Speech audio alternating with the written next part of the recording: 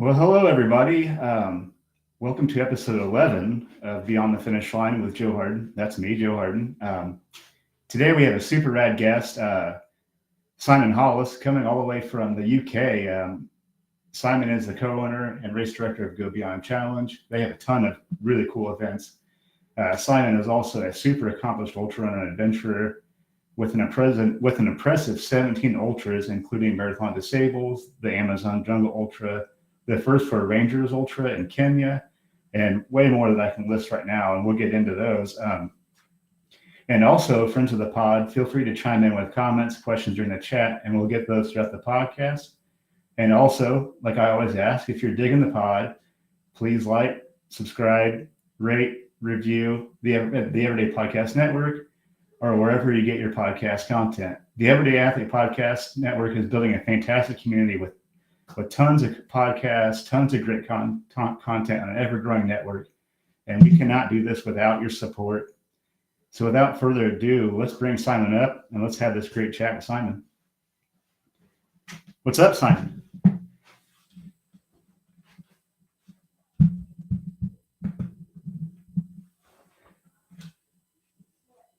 Sorry, Simon, can you hear me?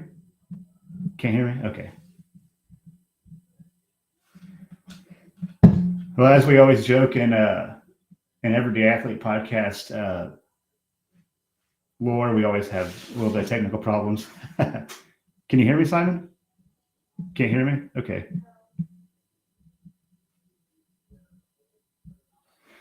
Well, while Simon's working on the audio, I'll try to do a little introduction to Simon. Simon actually came to me. He was recommended by Craig Lewis, who's also host of Running Tales. And anybody that Craig vouches for, he's going to be a rad dude. So obviously this is going to be a fantastic chat. Let's just give Simon some time to get his internet problems here figured out.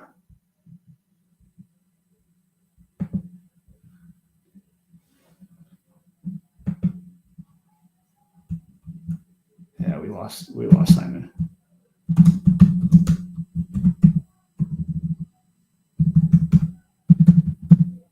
All right, there we go. Hey, Simon. How's it going? Simon is coming to us all the way from the UK, so it's understandable we have a little problems here.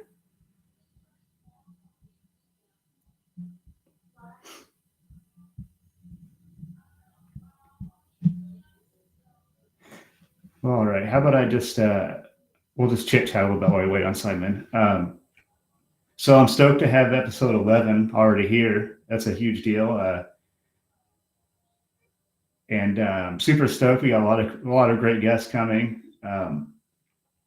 Hopefully we can get Simon up for this chat. We have a super packed calendar coming to you.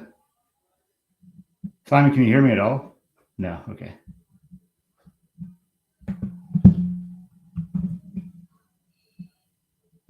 All right, we'll try to get this fixed for you.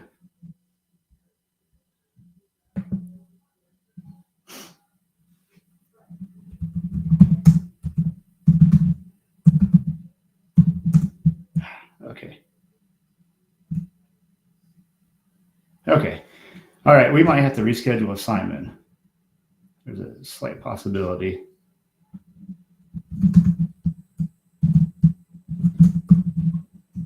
What's up, Sorry about that, everybody. Hey, what's up? Well, okay. Well, you can stop, man. Okay. Well, like the joke always goes, right? It's just like, well, welcome to Everyday Athlete Podcast tradition, right? Oh man. Well, we'll get Simon back on, right? But yeah. Let's I guess. I see him trying to jump on, so I'll bring him on camera, and if he's able to hear us, great, and we'll drop off again. But if not, we'll just chat, and we'll get to see his face. Hey, Simon, can you hear us?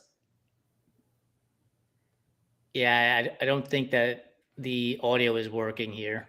Okay, man, Man, the problem is the last two guests we've had from across the pond have I think there's a correlation between having amazing stories and like not Yeah. getting your technology to work because like when Simon said Four Rangers Ultra, I'm like, oh man, that's beyond the ultimate. Shout out to Chris King, Yeah. Hey, I guess ultra runners, we can't all expect to have great IT support, right? No. There's only so much time in the day. Simon, can you hear us okay? He's looking right at us too. That's the worst part. Is like you know he wants to make this work. Yeah. Joe, tell us a little bit about your IT 100 coming up. How is your training coming along? What does that look like for you? It's going pretty good. I don't know if I talked about it much, but I had a foot injury that I kind of kept silent for the most part. I may have taken on a bit more than I should have. I did an 8-hour, 24-hour, and I was really, really putting in some really big mileage, and I might have increased a little bit more than I should have. As we all do, I love running almost too much. So I've got a coach that's kind of helping me, maybe not motivate me, but kind of pull the reins back a little bit on that. And it's going well. I've always hated speed work. And this week I had yesterday morning, I had a 20-minute warm up with like a 5x6 fartlek with like a 20-minute cool down. And it's the first time that I've just it was just like I felt like a fine-tuned machine for that speed work. So that's kind of a new feeling. So I guess big shout out to Matt Daniels. He's been a great run coach. I feel kind of lucky that I got him as a coach because he's a legit dude. He just came back from UTMB and he represented at Western States with some of the athletes that are on the Matt Daniels team. So I'm kind of stoked to have him as a run coach, and kind of it's just nice, right? All I do is wake up, open my calendar, boom, 90 minutes. All my work's laid out for me. It's been nice having that work off the table. It's like I'm the greatest form of self-care as an ultra runner is just like subbing out the stuff that someone else should be doing anyways. And I've really been digging having a run coach. And I feel really stoked to take on a 100-miler. I've got some good overnight runs in my belt now. That's always been my struggle, is running throughout the night. I get real tired and I kind of go dark, as we all do. But I've learned to kind of lean into it. Like I noticed that running through the dark now almost becomes like a blanket for you. It's just like you just kind of settle in, and so I'm stoked. It's a 30-hour cutoff. That's got me nervous. I'm not fast by any means. That's something I'm working on. It's a nice flat course, nice runnable course. Hopefully I get to go preview the course here in a month. It's only 2 hours from my house, so that's even better. It's like a family-owned race directing company, the Ignite Trail series. So I'm fired up. A lot of unknowns, right? Well, just behind the scenes, I've been talking to Simon. We're going to look to reschedule with him. He said he's on holiday starting today, so we can reschedule. And if we can do it earlier in the day for us, which is evening for him in the UK, we can do that. But I have a funny story about Matt Daniels. So I raced Rocky Raccoon one year, and my goal, one of my goals for racing that year, because he was racing as well, was to make sure I finished my 4th loop before he finished his 5th loop. And I was about 3 3/4 of the way through the 4th loop when he went screaming past me. Like I was just standing there, and I was like, man, I missed by 3 or 4 miles. It wasn't that, it wasn't a ton, but it just goes to show you how some of these athletes are just out of this world when it comes to being able to run, the way they do. They've been blessed with the talent that they have to do that. Another funny story I have is I was racing Western States in 2019, and I got to Forest Hill, which is the 100K mark basically. And one of my pacers was like, well, dude, just so you know, Jim Walmsley just finished the race. And I was like, are you fucking kidding me? Like, I got 38 miles to go and he's done. Like, it's just incomprehensible. Yeah, that feeling is incomprehensible, especially when like I know I was just talking to somebody yesterday who did Bigfoot 200, and as you know, it was an out and back this year. As they were coming back to White Pass High School, as this person was leaving, the first place finisher was coming and finishing in 45 hours. This guy named Vernon, who has like one other thing on Ultra Sign Up. It's crazy how fast some of these people are. But I think that goes to the strength of our platform, is that some of the athletes that we're talking to, like, what was the cutoff for Bigfoot? 105 hours? Yeah, like 107 or something like 107 that. Hours, right? So, it's amazing to be done in 45 hours. It's also amazing to still be moving after 106 and a half to get to the finish line by 107. Yeah. Like, it's incredible. Yeah, there's some phenomenal stories out there, man. For Tahoe 200, just real quick, the last finisher was apparently an older gentleman in the Masters category who has diabetes. Be careful about talking about the Masters category, okay? No. So close. Oh man, I should have looked at my audience before I did that. My co-host. But yeah, this guy had adult like onset diabetes and finished the race, and it was his first 200, and he was like, I think 10 minutes before the final cutoff, and it was just the coolest thing ever. And man, I love watching. The first people are amazing too, but man, those last people, like, pushing their relative best just out there, like, man, and like everybody making a tunnel. It's just one of the things I really love about the sport, and I hope that we continue to embody that in what we do at Run Try Bike as well, making sure that everybody knows that they have a place at the start line and the finish. I remember years ago, I paced at Bandera, and I was pacing Allie Miller, and she's uber fast, dude. Like, I think she finished third female at Ure the year I paced her. Like, I mean, she's up there, super, super talented. And I paced her at Bandera, whatever time she finished, I have no idea. But we went back to the Airbnb, showered, ate, slept, woke up, and was leaving the next morning, and people were still on the course. And it's like, holy shit. Think about what I did, in eating, sleeping, relaxing, and those people were moving all throughout the night. And kudos to them for doing it, because that is just as impressive as being able to, finish 100-miler in 14, 15 hours, or, the times that we're seeing people set these days. It's kudos to them. Sometimes I wonder if I'd have the mental capacity, because you and I were both out there at Tahoe, and I finished maybe 22 hours ahead of the cutoff. And I went, I was dead tired. I had a pizza. I went to the Airbnb. We both knocked out.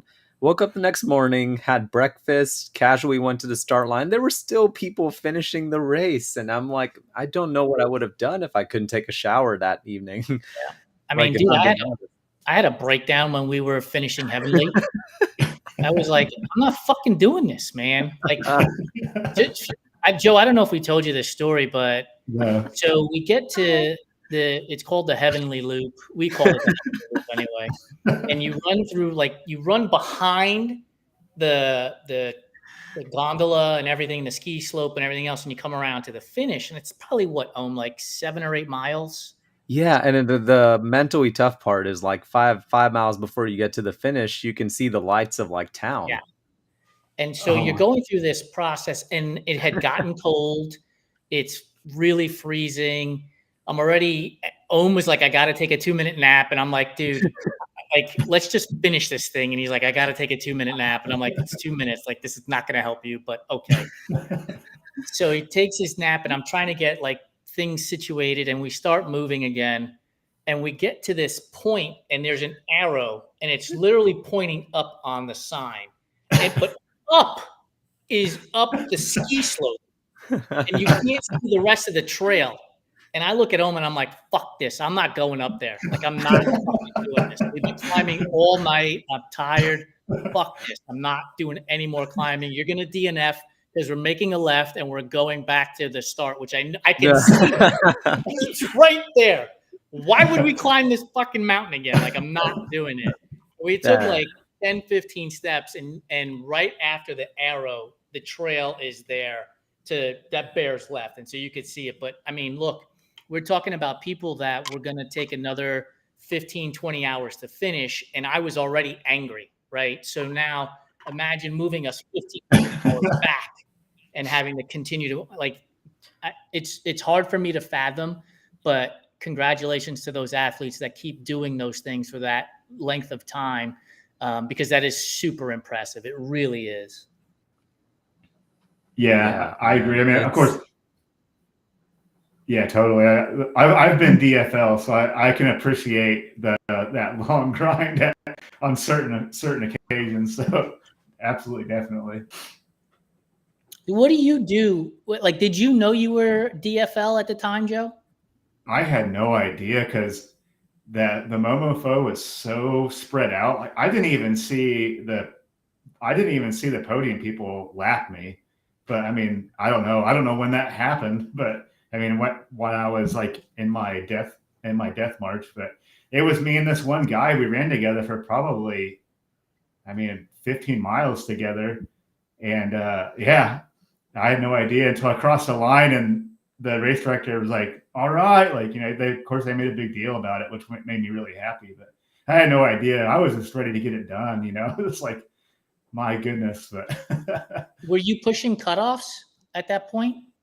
I wasn't pushing any cutoffs between the loops at all. But that last 20 miles was just so bad. Like, I didn't even know that you could hurt that bad. Like, and I just could barely put together like a run. So I had no idea. But I think that ended up being a lot harder than that was the first year of it too. And I think it was harder than everybody could have ever imagined, especially an Indiana race. But what were you doing to keep yourself moving? Like, what was going through your head? How were you pushing yourself through? Well, actually, I got to give a shout out to my friend Vinny Wood. He said something to me.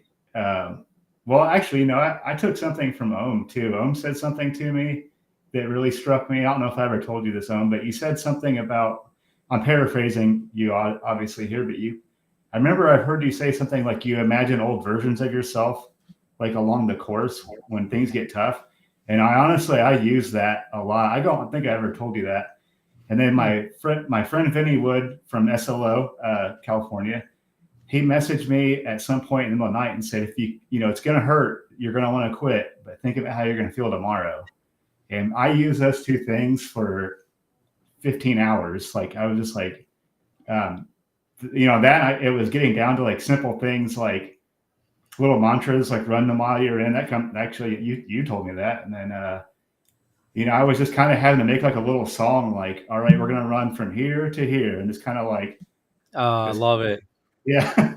Like the game you play as kids, like, I'm going to run to the lamp. I'm going to run to the bench, I'd be like this trailblaze to that log, from this log to the bottom. Like, so me and this guy named Danny were doing that together at one point. I was saying out loud, and I probably sounded crazy, but he joined me. He's like, all right, man, I'm in, So man, we were working out a little system together. So yeah, I realized that I hoard people's motivation. So I just kind of use the mishmash of things that you said, Jason, things that you said, Vinny Wood.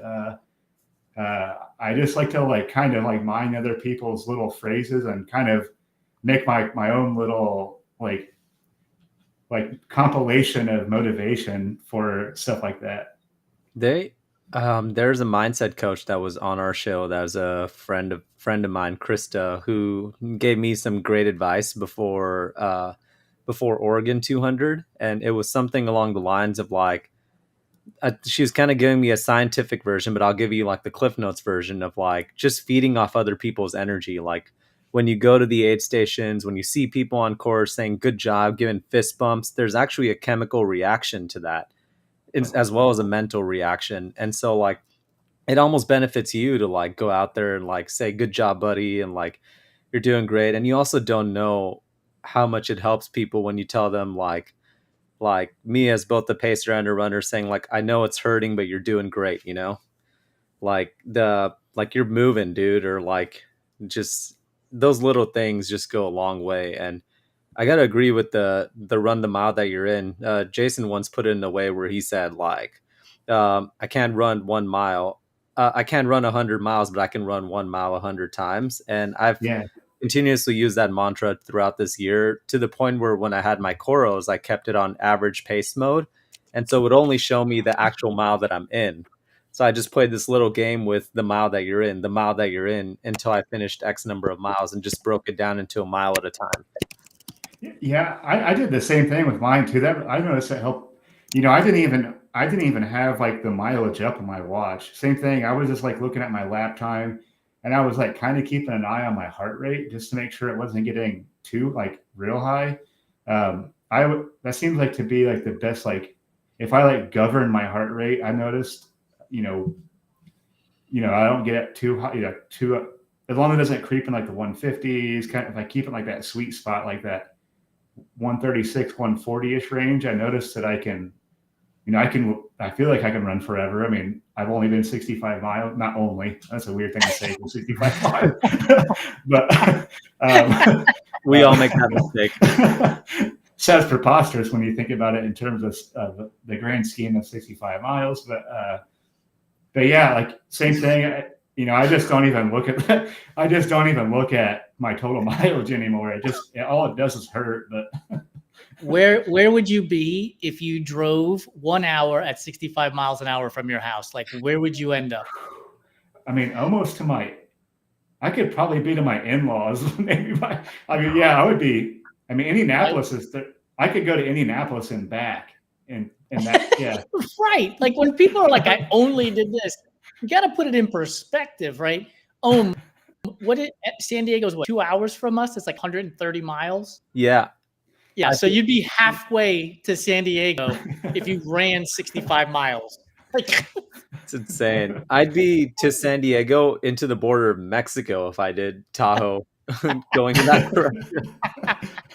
And it's all flat. So here's a question for you, Joe. You brought up heart rate, and anybody who knows me for the past 17 years knows like my mantra for racing is all gas, no brakes. And I don't pay attention to paces. I don't pay attention to my heart rate. And the reason why I don't pay attention to my heart rate is because I'm going to take the day off tomorrow, like the day after the race. Like I don't need to save myself for the next training run or the next whatever. Like the next day is recovery.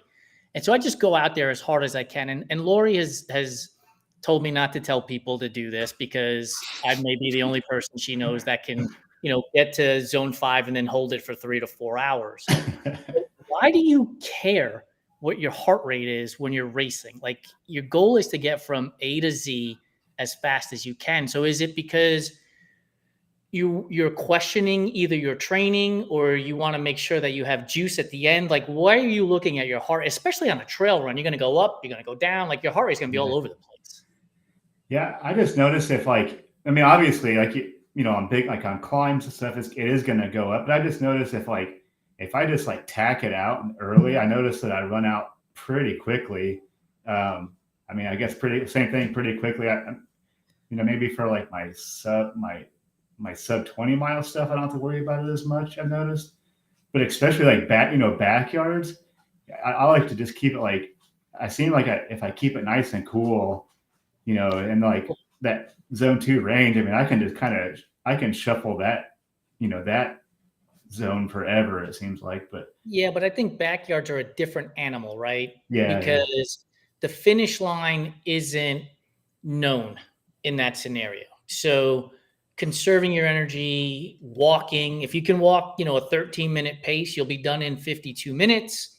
You sit there, you get your liquids or whatever, and you start again. So I can understand wanting to control yourself in that environment. But if you're in a race that's not do the 4 miles repeatedly, like a backyard ultra is, when you're in a race, like a marathon or a 50K or whatever it is, like throughout your training, your heart rate and your pace should come to a point where well, if I run 12-minute miles, making it up, my heart rate is going to sit in zone 2, zone 3.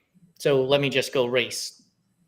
And that's kind of my philosophy. Like, I know at some point where my pace and my heart rate are going to meet. That's where I'm at, and that's where I'm going to go and race at. And I might push the envelope in some scenarios. Like if it's a downhill, I'll push it hard. If it's flat, I'll push it hard, knowing that at some point I'm going to hit the uphill climb, and now I can trek, and my heart rate's going to come back down in that situation. I definitely agree with that. I think I definitely use heart rate in training, but there's a lot of times where I kind of like mix it up with like understanding feel, because sometimes your heart rate monitor doesn't tell the full story. And especially in a 200, like I'll look down at my stats or whatever at the end. And it's like my heart rate was in zone 1 most of the time because you're not moving that fast. Right. And then I just like, I think the biggest thing for me is just starting out slow. Like, Peter really emphasized this in me, Peter Mortimer, my coach, but it's something that I used to really, when I started out, make the rookie mistake of trying to like bank time, like knowing that I was going to be hurting at the end, instead of having the sheer confidence that like, if I am just managing myself and I'm not overstriding, that I'm going to be able to like empty the gas tank when it's time in the second half of the race. See, I would argue the idea of banking time in an ultra as being a something that you can do, because we aren't Jim Walmsley, we aren't Ian Sharman, we aren't David Roche, we aren't Courtney DeWalter, right? We're going to get slower, like zero doubt, right? Death, taxes, and getting slower at 100 is guaranteed. So, right. But if you can run, if you're capable of running and again, I'm making numbers up. You can run a 10-minute mile for 10 minutes versus the 11-minute mile for that amount of time. You've just saved 10 minutes, which on the back end, if your hike at that point goes from 17 minutes to 17:15, right? You still have enough, you've still saved enough time on the front end to capture it on the back end. Like, I don't know that you can do this for a marathon, a road marathon. I don't think that that's feasible. But I will say, like, for 100K and 100 mile, I think it's totally feasible to run in bank time, shall we say, because we're all going to get slower on the end. So again, if your slow goes from 17 to 17:15, but my pushing the envelope slightly goes from 11 to 10, I'm making up 45 seconds every single mile in that scenario over the front end, right? And if you start doing the math, and you want to finish a race in 100-mile race in 24 hours. So your pace has to be about 14:30. If you've run 10, 11, 12-minute miles in the beginning, then all of a sudden on the back end, you could still run 16, 17, 18-minute paces or hiking and still reach that 24-hour number. And so when I'm planning a strategy out, like that's what I'm looking at when it comes to running 100Ks and 100 milers. So I think you can bank time. That's not to say if you want to run 10-minute miles that you should run 7-minute miles and really just burn all the matches. Say if you're planned at 11 minutes, but you run 10:30, like don't beat yourself up. Like that's okay. Yeah. And I've definitely it's interesting. I've definitely surprised myself in a lot of ways through my work, like through my training. Like there are times where like banking time isn't really my first priority. It's more about like just feeling good and being at that 11-minute pace or that 10-minute pace. And then I'll look up at where I'm at the aid station and I'm like, man, I'm ahead of where I wanted to be, and I'm feeling pretty good. But yeah, I think my biggest thing is just making sure that like I'm not overstriding early and then I just let it rip afterwards. I think there's a thing that I've definitely done in the past. Sometimes you get caught up with other runners, especially talking in 100 and a 200. You get caught up with people's paces. There's a lot of frenetic energy. Like I'm not saying you can tell who the people are who are doing it the first time, but you can tell who the people are who are doing it the first time. And it's funny. Like I look back at my chart and somebody was pointing out, man, you started out like upper back of the pack, lower middle of the pack at all like Tahoe and Bigfoot, and then you worked your way into the top third. Why did that happen? And it's just because like I think it all comes down to no matter what your strategy is, whether it's all gas, no brakes, or like having like that management. I think management really is the key, like body management. Like, how well do you know yourself and your style? Because there are people who are like Jason and Zach Miller who who really excel at their style, and then there's people who start out kind of slow and steady and are able to like pull out the gas, but I think it's just about like getting to know yourself better through each one. And I think with you, Joe, like having that DFL experience at the Momofo is only going to help you improve, because it's going to teach you more about like how you react in those like painful situations, and how you can adapt those to future races, whether it's like nutrition or whatever went wrong, or Yeah. I mean, I got my ass kicked, but I definitely learned a lot. And I guess I guess I'll add, I don't let the heart rate, like if I'm feeling like I need to push, I won't let it like stop me from pushing too. But like I will, I don't let it dictate everything that I do. But I think the Momofo was just like such a rarity for like, I thought I was ready for vertical, and like, man, it was just like the Momofo, like Morgan Monroe Forest is not like anything that I've like in this state. It's like its own world right there. And how much vert was the Momofo? I think it was almost 10,000. Oh my God. Or, I'll let you finish, but I wanted to ask this to Rose about her Ironmans when we did the fireside chat, but I want to ask you this as well.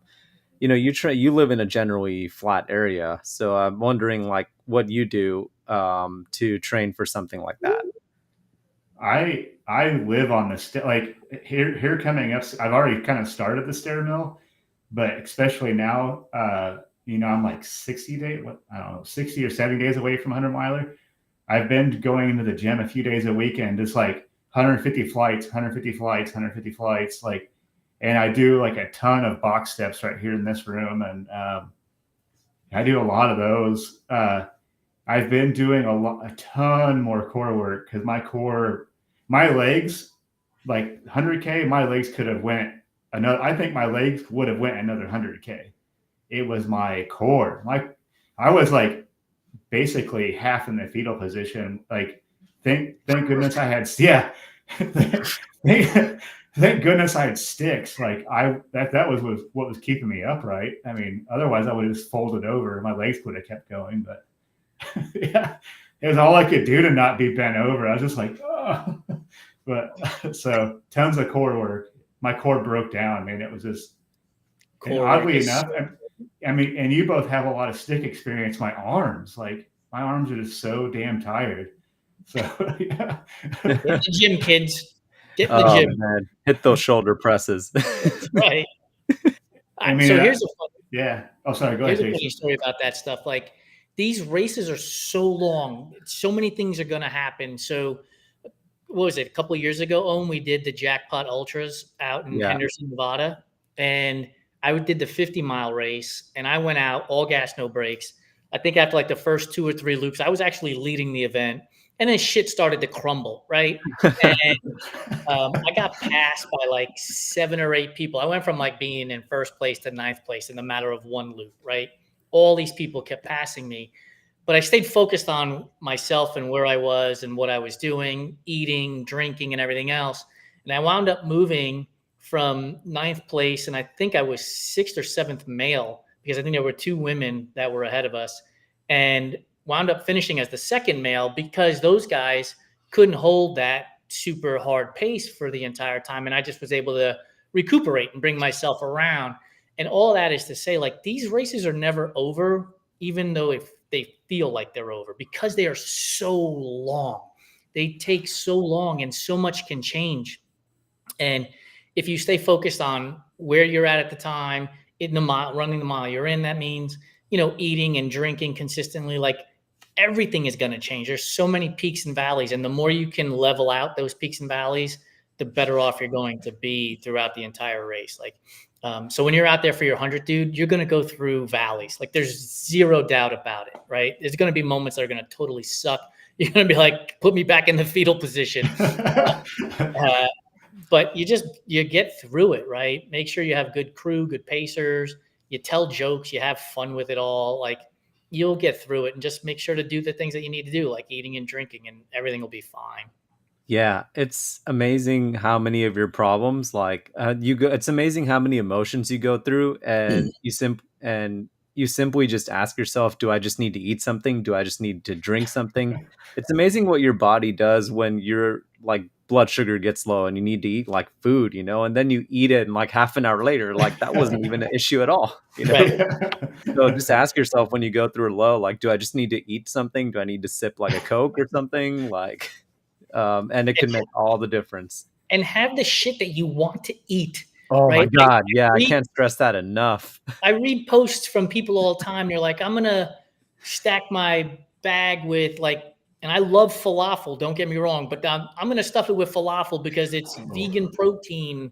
And I'm like, you know how fucking dry that's going to be out in the middle of this race course, wherever you're at? Like, that's the worst thing I could possibly think of. Give me a chocolate bar, give me some Oreos, give me some, give me the shit that I'm going to want to eat, not the thing I'm going to take out of my hydration vest pouch and be like, I'm not eating that crap, because all that's going to do is put you into a bigger deficit, right? Like stuff the things that you want to eat. Like I was having this conversation a couple of days ago. Again, tomorrow you can focus on going back to healthy eating, whatever that means, right? You're in a race. You need calories, you need carbs, you need sugars. You need to get from point A to point B right now. Do whatever you can. Don't think, oh my goodness, this is 40 grams of carbs and I can't eat this. Like, no, eat it, because your body's begging you for it, begging for that energy to get it from point A to point B at that point. Yeah. And I think a big one with food and everything is find something like a candy or something. Like Jolly Ranchers were big for me, because keep your mouth salivated, man, because I've struggled so late in races with like eating food where it's like my mouth is too dry, like keep your mouth salivated. Fruit roll-ups. Ooh, chef's kiss. Fruit roll-ups. Is there a particular flavor of fruit roll-up? I can't remember if it was like the cherry that I had. I just grabbed it. I just grabbed a few from our cupboard like that day. Like I just oh, these, boom. They come in the stick, right? It's like a stick pouch. Yeah, you just well, not fruit roll up, fruit by the foot. Sorry, the oh tank. Yeah. I just pulled one out of my vest. It was 3 a.m. I just made a little ball out of it. And it was just it was a nostalgic thing too. I was just oh my goodness. It was, what? The little pouches of Welch's fruit. Oh man. Oh yeah. Right. They have those at almost every aid station at an ultra, and I just take 7 of them and throw them in my pouch, because they're just they're not a lot of calories, but it's something to put in your mouth. You chew on it, distracts you for a few minutes. I think a big slice of heaven for me at an aid station is walking in and having a cold Coke, and then after that, chewing down a couple orange slices. Oh, yeah, orange slices. Those are just so good. Orange slices, cold grapes was a good one for me at Tahoe. Something about cold fruit and fruit and just Coke, just hits so good. Dude, you bring up cold in Tahoe. It just reminded me. Remember when I was shit, I'm out of water. And I found that water. We found that water fountain thing that was oh, just go down this path to the water fountain. Joe, I'm parched, and I cannot take any water from Ohm because he needs it way more than I do. He's racing. And we see this sign. It's water fountain ahead or something. And I was Ohm, go lay under the tree. I'm going to go get some water. And the path is 0.6 of a mile away, right? So I get to this water, and it's one of those hand pumps, right? And I get there, and I cannot wait for ice cold water. And the fucking thing is broken, dude. I was oh no! Now I got to go 0.6 of a mile back up this hill to catch Ohm with no water, and hope we can make it to the next aid station without me without my mouth feeling like sandpaper. I think at that point we were still 6 or something miles out. We were going down, but we were still a few hours out. Yeah. I mean, I was fortunate enough, my flask had a couple of sips in it that I could last to get to that aid station. That sucked.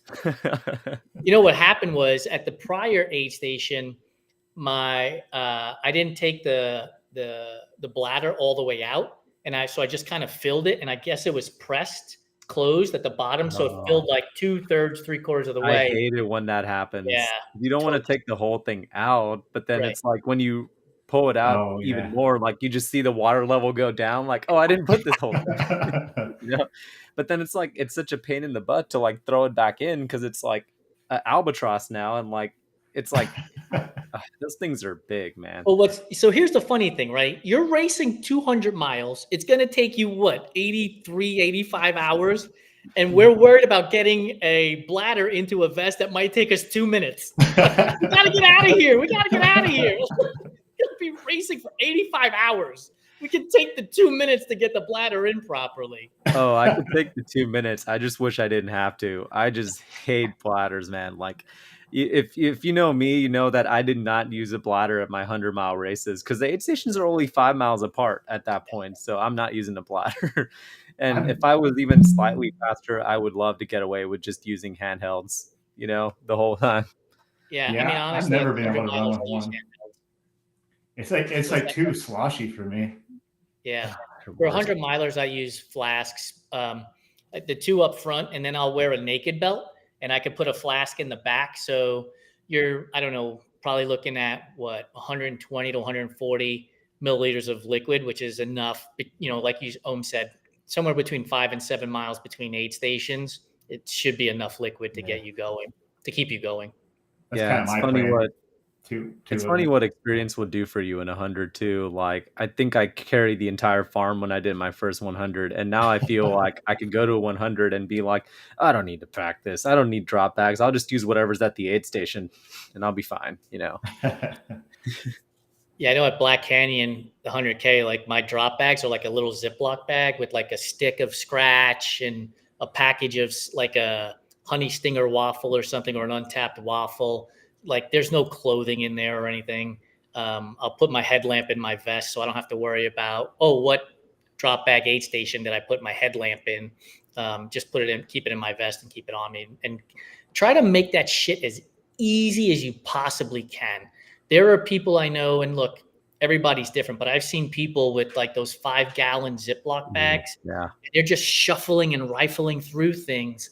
And you know that their anxiety and their stress level is going up because they're like, I got to get out of here, but I can't find, this chapstick in a 5-gallon bag. And it's like, yeah, I mean, you could have carried the chapstick with you. Carry the chapstick. But that reminds me, you have the Black Canyon is my favorite Jason DNF story ever. Like it's just, I don't know if you've told Joe that story about your DNF at Black Canyon. Yeah, I was definitely not in 100K shape whatsoever. And we take the bus up to whatever the name of that high school is. It's, early in the morning and it is cold. And the first year I did it, they allowed you in the school, but then the COVID happened. They wouldn't. So now they don't let you in the gymnasium. And so I'm just sitting outside because I know it's going to get hot. So I'm in like a t-shirt. I'm freezing my ass off. So I'm burning energy, freezing my ass off. Anyway, the gun goes off. We're running. And I get to the marathon distance aid station, which is at Bumblebee. And I'm like, man, I don't feel good. Like I feel cold and it's like 85 degrees out. I'm like, this is a problem. And I'm sitting there and one of the aid station captains, he's like, do you want me to DNF you? And I'm like, no, just give it a few minutes. Cause he's like, the bus will come in an hour or something. I was like, when the bus comes, if I feel like I need to DNF, you can DNF me then. He's like, cool. This other volunteer comes over like 10, 15 minutes later, and bless her, she is so sweet. What do you need? What can I get you? How do you feel? Blah, blah, blah. And I said, all right, yeah, I think I'm going to DNF. And she's like, are you sure? Are you sure? You don't want to DNF and everything else? Like, she is so on top of me. And I just looked at her and I was like, is Jamil at the finish line with a big check for me? And her face was like, what is this guy talking about? I was like, if Jamil ain't paying me to finish this race, I don't need to finish this race. I'm done. I'm going home. I'm going to go sit in the cool weather. I'm going to go eat pizza. Like, I'm cool. Like, I've already done this race. And again, if he's not paying me to finish, I got no reason to finish. That's like, great. I thought about this earlier, right? We talk about DNS greater than DNF greater than DFL or whatever that stuff is. And it's like, man, I want to do this forever. We joked about being a master earlier. I'm 50 years old.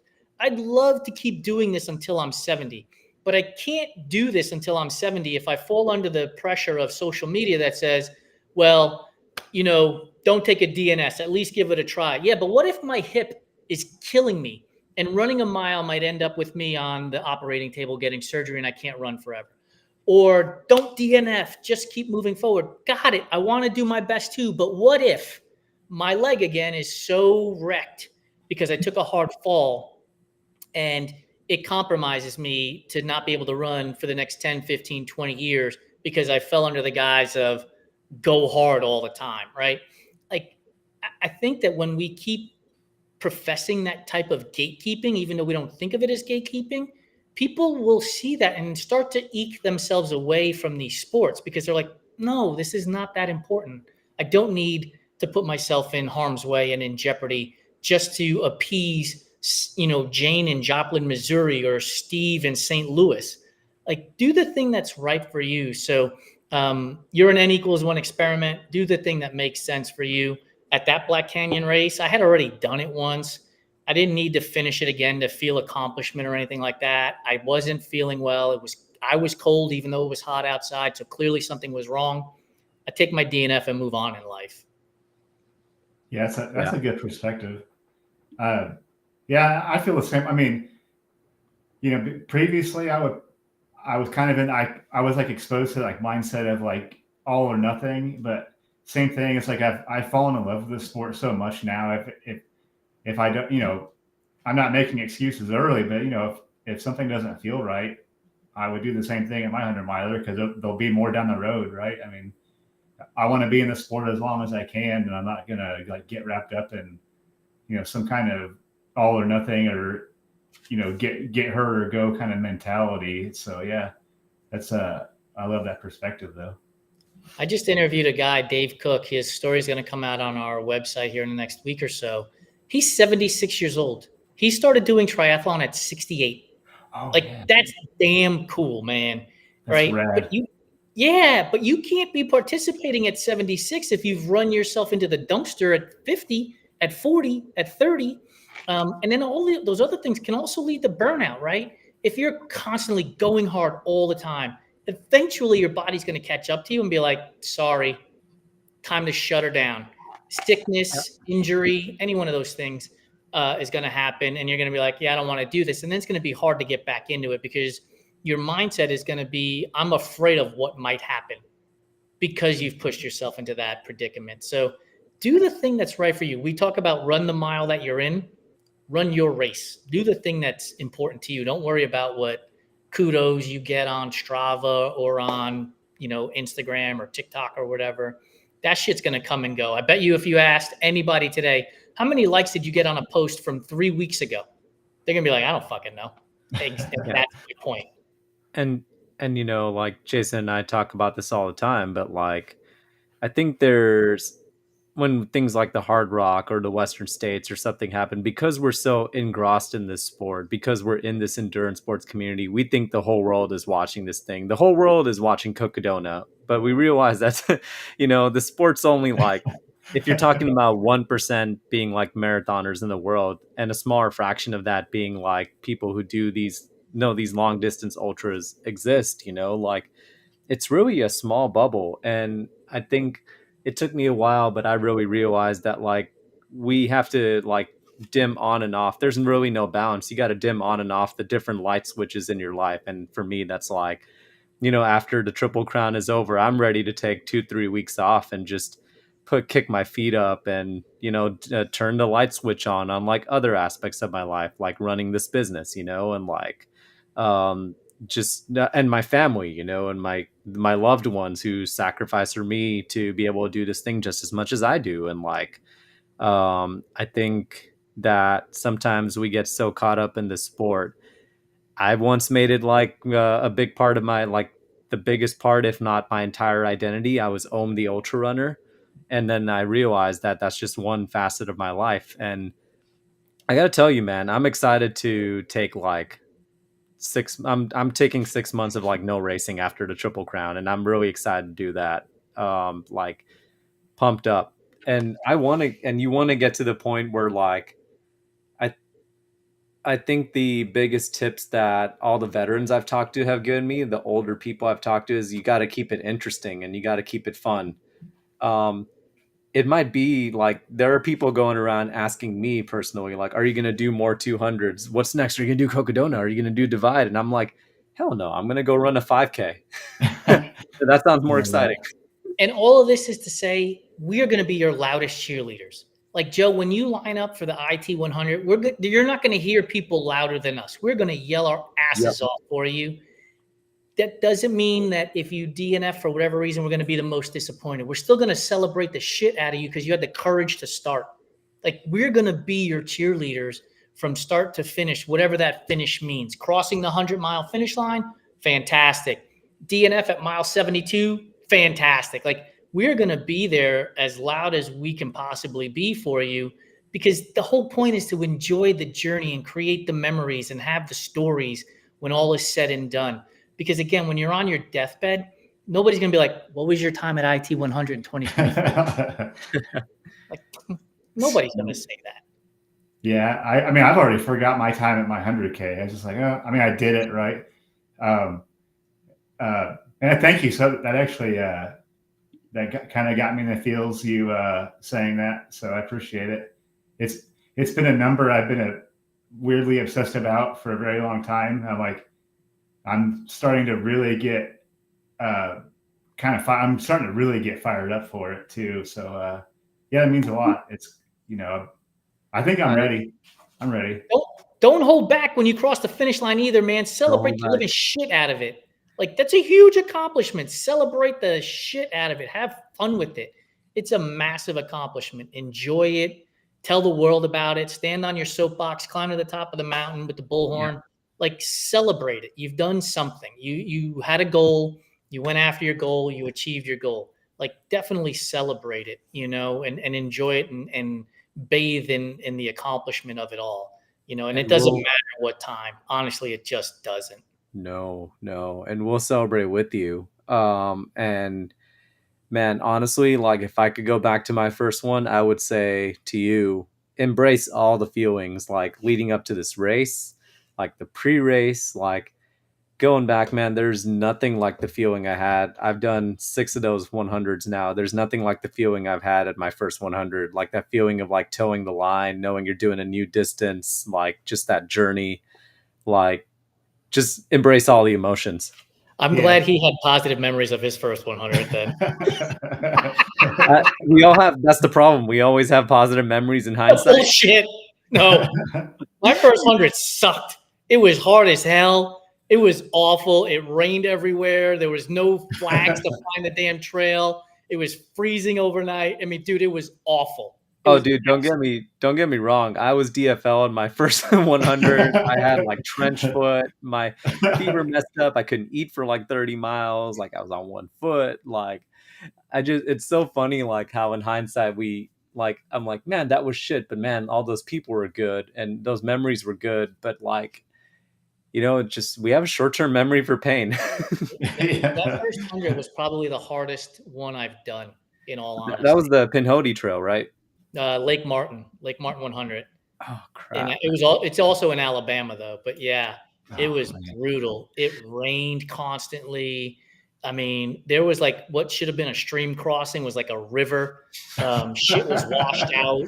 It was awful. Like, and again, it's your first 100. I didn't have any clue as to what you do with these hundreds because I don't know that there was a lot of information because I did my first 100 probably 12 years ago. And so I don't know if there was as much information out there as there is now. And man, I just didn't know anything. Like I didn't know anything about aid stations or hydration vests or liquids. Like I just didn't know any of that crap. And it was brutal, man. Like, and I was unprepared for the super cold temps overnight. Because look, if you tell me I'm going to Alabama, I'm assuming it's going to be hot and humid. I'm not going to assume that it's cold, right? It was cold overnight. Like I borrowed an aid station worker's gloves I was like, my hands are freezing. Can I borrow your gloves? You kind enough to say yes. It was just awful. And the idea that I would then run 7 more after that, that's the miracle. Because after that first experience, I was like, there's no way I'm doing this shit again. Like, Yeah, I'm stoked. I'm glad I did all the work leading up to it. You know, I feel like I've got some good experience like coming into it. You know, I've done some 50s now, and I'm really glad I took on a lot in the last year, but I'm so glad I did because I got same thing. It's like I got a good understanding, better understanding of like running through the night and nutrition. And I mean, I know like going an extra 40 miles on top of what I've already been is going to be, uncharted territory, but I'm like really excited for that unknown too. But also I feel like I've learned a lot I've only been ultra running for a year, which is wild, but I mean, yeah, just a little over a year, but dude, like Lori said when she did her 100, if I get to mile 80, I will finish. And so just get yourself to mile 80, because once you're at mile 80, as long as you're not bumping up against cutoffs, you'll be fine. You'll get to that finish line. Yeah, I always find 60 to 80 have always found are the toughest miles in the 100. Once you get to 80, you start to smell the barn. Yep. Nice. I've always said the 100-mile race starts at mile 60, without a doubt. Yeah. Because if you've run a 50 or 100K, you know that distance. You've been there before. And then for a lot of people, the mindset sets in. It's like, holy shit, I got another 40 to go. But if you break it down and you get yourself to mile 80, you've done probably, a handful of 20-mile training runs. So then that mindset kicks in at mile 80 and you're like, I've done 20-mile training runs. I can do another 20 miles. No problem. I shouldn't say no problem, but I've done it before. I've been here before and I can do it again kind of thing. So the race really does take place between miles 60 and 80 at 100-mile from my experience. Yeah. Nice. Yeah. Cool. Cool. Yeah. Thank you so much for this. I mean, I'm bummed we didn't get Simon on, but honestly, this talk was good for my soul. Honestly, I'm glad we got to have this. I needed this conversation. Didn't know it until just now. So we're here to help, brother. Reach back out to Simon because he does want to get back on the show, and we'll just schedule it whenever you're ready. And if you want, schedule it for 9 a.m. Pacific time, so noon your time, which I think is 5 o'clock p.m. his time. So that'll give him some. This way it'll be early evening and we don't have to worry about it. Yeah, silver lining, we got to have this great chat, and I'll get Simon back on because super rad guy. So yeah, we'll get him back on. Cool. This is a little BTS of BTFL. Yeah, it is.